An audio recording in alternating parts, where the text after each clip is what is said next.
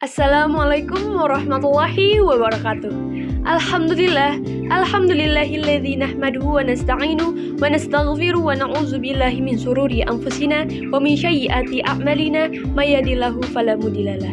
Asyhadu an la ilaha illallah wa asyhadu anna Muhammadan abduhu wa rasuluhu ya nabiyya ba'da.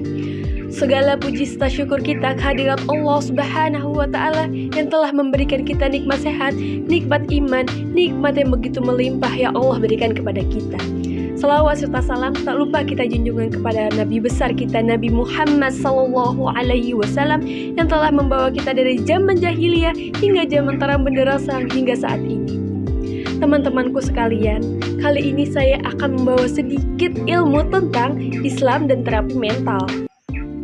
Teman-temanku sekalian, sebelum kita memasuki materi Islam dan terapi kesehatan mental, mohon izin saya untuk memperkenalkan diri. Perkenalkan, nama saya Rizky Amalia, saya mahasiswi BK UHAMKA 2C. Sedih dengan sesuatu yang terjadi, mencemaskan hal yang terjadi, menggalaukan sesuatu yang akan terjadi adalah suasana dan siklus harian hati jiwa manusia.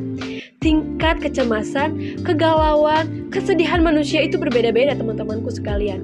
Agar hati senantiasa tenang, diperlukan terapi sebagai obat penenang jiwa. Terapi yang paling mujarab adalah keteguhan iman sebagai penuntun amaliyah yang dapat menghantarkan kita kepada kesolihan dan ridha Allah Subhanahu wa Ta'ala.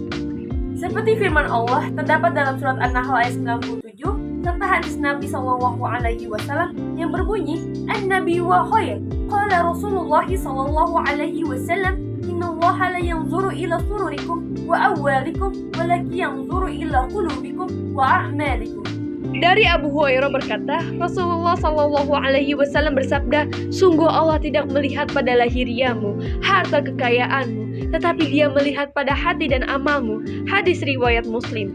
Hadis ini menunjukkan posisi hati dan amal kita menjadi penuntun posisi kita di mata Allah Subhanahu wa Ta'ala.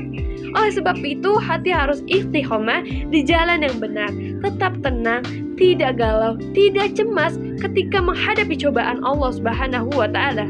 Ada beberapa hal yang bisa kita lakukan untuk menghilangkan beberapa penyakit mental. Yang pertama, menjadikan rasa syukur dan sabar sebagai respon positif hati dalam menghadapi ujian. Iman yang baik akan menyalurkan energi positif kepada hati, sehingga hati menjadi tenang saat menghadapi ujian, kebahagiaan, dan menjadi ciri orang yang beriman. Yang kedua, iman yang baik akan menghantarkan sikap positif terhadap pahala yang didapat, termasuk dihapusnya dosa setelah adanya cobaan dari Allah Subhanahu wa Ta'ala. Yang ketiga, tetap istiqomah dalam mencari pahala, menghindari dari dosa meskipun melihat semut hitam di tengah kegelapan. Dari Anas bin Malik, Rasulullah Sallallahu Alaihi Wasallam bersabda, sungguh apabila Allah menginginkan kebaikan bagi hambanya, maka Dia akan menyegerakan hukuman atas dosa yang telah dilakukannya di dunia. Dan apabila Allah menginginkan kejelekan bagi hambanya, maka Allah akan menahan azab atas dosa tersebut sehingga nantinya dibalas di hari kiamat dengan sebab dosanya. Hadis riwayat At-Tirmizi. Yang keempat, fokus pada masa depan dan menjadikan selalu sebagai pembelajaran terbaik. Sabda Nabi Shallallahu Alaihi Wasallam, mukmin yang kuat imannya lebih baik dan Allah cintai ketimbang mukmin yang lemah imannya. Dua-duanya sama-sama baik. Bersungguhlah pada perkara-perkara yang bermanfaat. Mintalah tolong Allah dan janganlah bersikap lemah.